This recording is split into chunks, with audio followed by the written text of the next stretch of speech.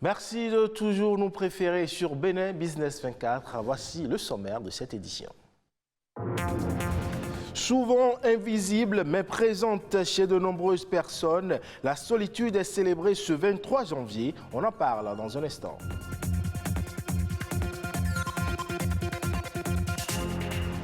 Et on évoque aussi dans cette édition la croissance démographique de l'Afrique qui oblige les agriculteurs à produire énormément pour satisfaire la demande, l'objectif étant de mettre un terme à la pauvreté. Et enfin, dans la lutte contre les changements climatiques, les infrastructures vertes apparaissent essentielles. Elles permettraient de créer une économie axée sur la croissance écologique.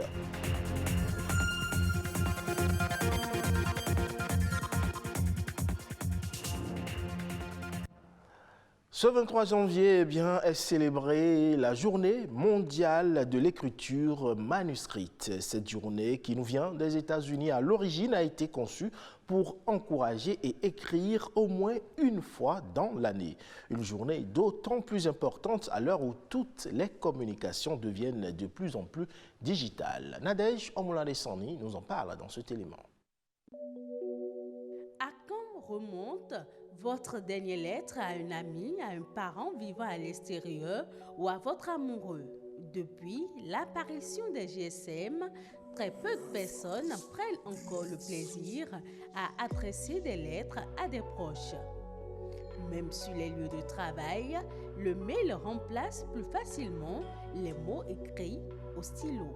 La célébration ce 23 janvier de la Journée mondiale de l'écriture manuscrite nous vient des États-Unis et plus particulièrement de l'association WIMA.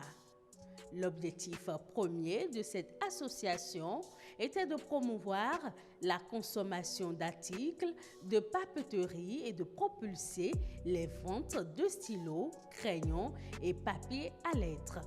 Le 23 janvier a été choisi pour célébrer l'anniversaire de John Hancock, qui fut le premier signataire de la Déclaration d'indépendance des États-Unis. C'est aussi l'occasion pour encourager les hommes à reprendre la plume au moins une fois dans l'année. En cette journée de l'écriture manuscrite, pourquoi ne pas prendre un moment pour envoyer une lettre au lieu d'un mail? Écrire dans votre journal ou en commencer un. Ou tout simplement laisser un post-it tout doux sur votre frigo pour votre amoureux ou votre amoureuse. Moleskine, la célèbre marque de carnet, avait lancé un appel à montrer son écriture sur les réseaux sociaux. D'après la page N'oublie pas d'écrire, le principe est d'écrire un message à la main sur un carnet ou une feuille simple, prendre son œuvre en photo et la poster sur les réseaux sociaux avec le hashtag JM écriture manuscrite. On n'en est souvent pas conscient, mais le contact avec les autres est aussi vital pour l'être humain que d'avoir un toit, de l'eau ou de la nourriture. Malheureusement, dans le monde, et quel que soit l'âge ou les catégories sociales, la solitude est en forte augmentation. Aujourd'hui, 23 janvier, c'est la journée mondiale de mobilisation et de sensibilisation autour du fléau des solitudes. Pesant et difficile à assumer. Voilà le sentiment lié à la solitude. Une sensation d'isolement parfois choisie ou souvent subie. C'est le fait d'être seul, décider de vivre seul pour un moment. Bon, la solitude, c'est vivre seul, renfermé et tout analyser seul dans la tête, sans se référer à quelqu'un d'autre. La solitude peut se manifester de différentes manières. Il y a beaucoup de facteurs qui agissent sur une personne pour que cette personne puisse se sentir seule. Des fois, c'est dû aussi aux moqueries des personnes, des gens. En fait, il y a plusieurs facteurs internes comme externes qui peuvent intervenir dans ce sens. Il y a plusieurs sortes de solitude. Je pense qu'il y a des gens qui sont tout le temps entourés, mais au fond, qui sont vraiment solitaires. Donc, il y a aussi la solitude physique. Tu n'as pas vraiment ceux avec qui tu veux être, ils ne sont pas présents auprès de toi. C'est aussi une forme de solitude à mon avis. Pour ce sociologue, plusieurs raisons expliquent l'expérience de la solitude. Aujourd'hui, de plus en plus, on voit que les individus s'isolent. Le lien social qu'on observait auparavant entre les gens, entre les groupes, aujourd'hui, c'est plus l'individu qui est mis en exergue. Donc, l'individu aime se retirer un peu de sa société. La solitude peut être un choix, mais ça peut être aussi imposé par la société. Un exemple banal, vous faites des enfants, vos enfants grandissent et s'en vont et vous laissez seuls à la maison. C'est une solitude imposée. Quand vous faites l'expérience, vous voyagez, vous êtes à l'extérieur, vous êtes à un endroit où vous ne connaissez personne, je vous assure, c'est difficile. Que l'isolement social soit un choix ou non, cela peut conduire à de graves problèmes de santé physique et mentale. Un individu qui s'isole, il se rend faible. Et donc, ce ne sont pas quelques éléments ou bien quelques événements de la vie qui vont faire que nous allons nous isoler davantage. Il n'y a que le mort qui s'isole des vivants. Quand vous vous retrouvez seul, vous êtes plus stressé, donc vous êtes sujet à un certain nombre de maux qui participent forcément à la destruction de votre santé, santé mentale, santé physique et autres. Ainsi, le prolongement de ce fléau peut parfois être à l'origine de la perte de certaines opportunités. Pour rompre l'isolement social, il faut donc établir de nouvelles relations. C'est vraiment chercher à s'entourer des personnes qu'ils aiment, des personnes avec lesquelles ils trouvent réellement que ça les grandit. Il faut toujours essayer d'aller à la rencontre des autres, être avec les autres.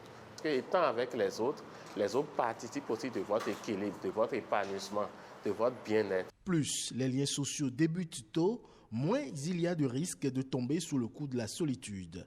Bâtir un large réseau de relations est donc conseillé. En Afrique, la population ne cesse de croître. Au même moment, la productivité agricole diminue et l'exode rural s'installe. Pour contrer cette situation, de jeunes agriculteurs, ou plutôt les jeunes agriculteurs, apparaissent comme étant la solution pour mettre un terme à la pauvreté. J'y arrive. Mais devant eux se dressent malheureusement de nombreux défis. Précision dans cet élément. La jeunesse constitue la relève de tout secteur. Et puis si les jeunes s'intéressent à l'agriculture, je crois que ça, c'est une chance pour le Bénin. Puis le pays doit, et puis toute la jeunesse d'abord, doivent se rassurer que notre agriculture aura une relève de qualité. Parce que notre agriculture, comme vous le constatez, est en train de se développer. Je suis d'accord avec le boom qu'on constate avec la production cotonnière, la production des céréales, notamment le maïs et autres. Mais les jeunes ont trois problèmes fondamentaux. Le premier problème, c'est l'accès à la formation de qualité.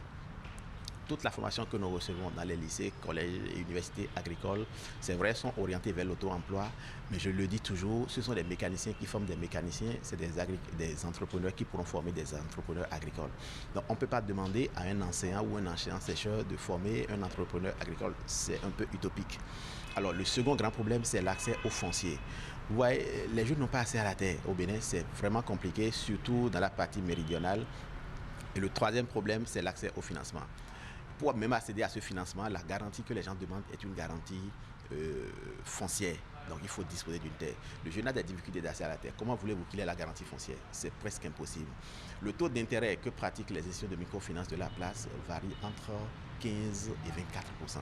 Donc aucun jeune ne pourra s'en sortir avec ce taux d'intérêt qu'on constate au niveau des IMF. Donc du coup, lorsqu'on n'arrive pas à relever donc, ce défi lié au foncier, au financement et puis à une formation de qualité, on ne pourra pas sentir tout l'effort que la jeunesse fournit aujourd'hui dans ce secteur qu'est l'agriculture. Vous voyez, récemment, le gouvernement a mis en place un fonds national pour le développement de l'agriculture. Je pense qu'on peut, dans ce fonds-là, trouver un fonds spécifique pour la jeunesse et pour l'entrepreneuriat agricole des jeunes. Si on le fait et on définit une stratégie nationale d'insertion des jeunes dans l'agriculture, je crois qu'avec un statut de jeune agriculteur, le jeune sait ce à quoi il a droit et ce à quoi il est confronté. Je crois que ça lui permettrait de mieux s'investir et puis se maintenir dans l'activité. Et puis, investir dans les infrastructures vertes est aujourd'hui un moyen efficace pour réduire les émissions mondiales de gaz à effet de serre. En effet, les infrastructures vertes apparaissent comme un ensemble d'écosystèmes naturels qui peut aider les collectivités à réduire leur empreinte carbone. Suivons ce reportage pour plus de précision. La Terre connaît aujourd'hui 16 des 17 années les plus chaudes jamais enregistrées depuis 2001. Selon la NASA, la lutte contre les changements climatiques est une priorité mondiale et l'installation des infrastructures vertes apparaît comme une solution. Une infrastructure verte est un espace d'agrément couvert de végétation. Ça peut être des arbres ou des plantes herbacées dans un objectif de récréation ou dans un but ornemental. Il fait plus chaud aujourd'hui qu'avant, ainsi de suite. Si nous voulons changer cette donne-là, l'une des meilleures manières, c'est de planter des arbres. Parce que non seulement ça va embellir les milieux dans lesquels ces arbres sont plantés, mais aussi ça va favoriser la production d'oxygène, ça va donner de l'ombrage et par tous ces moyens-là, ça peut aider à baisser la température, on a dit dans une fourchette de 1 à 5 degrés. Donc, si on veut lutter vraiment contre le réchauffement climatique, planter des arbres est une bonne solution. À en croire certaines études, l'infrastructure verte peut offrir plusieurs avantages sur le même territoire. Malheureusement, il en existe peu au Bénin. Selon l'OMS, normalement, on doit avoir 10 mètres carrés des espaces verts polygonaux, oui, par habitant, mais les recherches de thèse que j'ai faites ont montré que pour les 5 villes parcourues, Ouidah, Porto-Novo, Cotonou, Calavi et Sémékbodji, c'est Ouidah qui est la ville la plus riche. Et là, les populations ne disposent que de 0,27 mètres carrés par personne. Donc, si on compare ça à la norme, c'est que le Bénin est très en arrière. En effet, plusieurs raisons expliquent ce manque d'intérêt pour les infrastructures vertes. C'est des infrastructures qui nécessitent des investissements en termes de coûts pour les mettre en place et également pour les entretenir. Il y a également cet aspect de manque d'éducation à la protection de l'environnement, c'est-à-dire éducation à l'éco-citoyenneté qui fait qu'on ne perçoit pas l'importance déjà de ces espaces-là et ensuite on ne sait pas comment les entretenir. La solution réside alors dans l'adoption de programmes et projets de financement allant dans le sens de la préservation de la nature. Il y a différentes politiques ou différentes méthodes qui sont mises en place pour promouvoir les infrastructures vertes. Ça va de ce qui est prévu à l'échelle du gouvernement à ce qui est prévu à l'échelle décentralisée dans les communes à travers les schémas directeurs d'aménagement des communes qui prévoient déjà que la commune s'investisse dans la mise en place des espaces verts, des infrastructures vertes. Et donc, c'est un travail vraiment à l'échelle nationale et également déconcentré, mais aussi qui doit être vu du point de vue micro, c'est-à-dire la famille. Donc, il faut qu'ils sachent que les infrastructures vertes sont autant importantes que les infrastructures grises et que les populations en ont vraiment besoin pour leur épanouissement et leur bien-être. Investir dans les infrastructures vertes revient à atténuer les émissions de gaz à effet de serre et inciter les populations à trouver ensemble des stratégies communes de lutte contre les changements climatiques.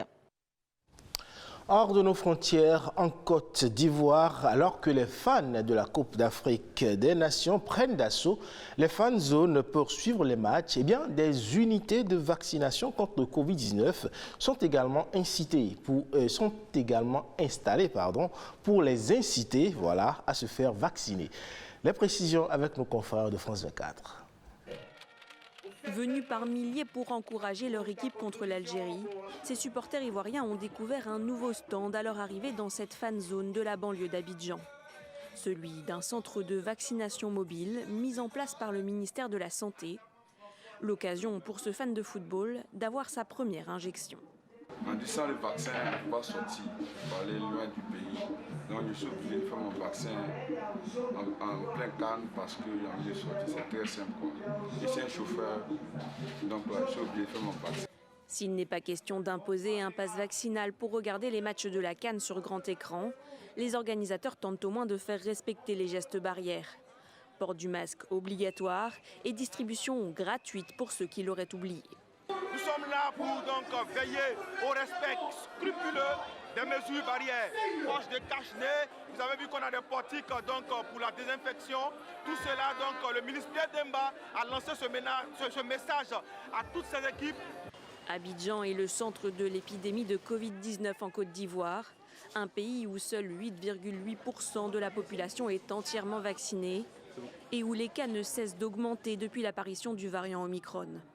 Selon le ministère de la Santé, la Côte d'Ivoire dispose de suffisamment de doses pour vacciner 14% de ses 26 millions d'habitants, un chiffre qu'elle compte bien doubler d'ici la fin du mois de juin. Depuis le début de la pandémie, près de 80 000 Ivoiriens ont été infectés par le Covid-19 selon les chiffres officiels et plus de 750 personnes. Et c'est tout pour cette édition à retrouver sur le site de l'ORTB, le www.ortb.bj. Merci pour votre aimable attention. Le programme se poursuit sur Bénin Business 24.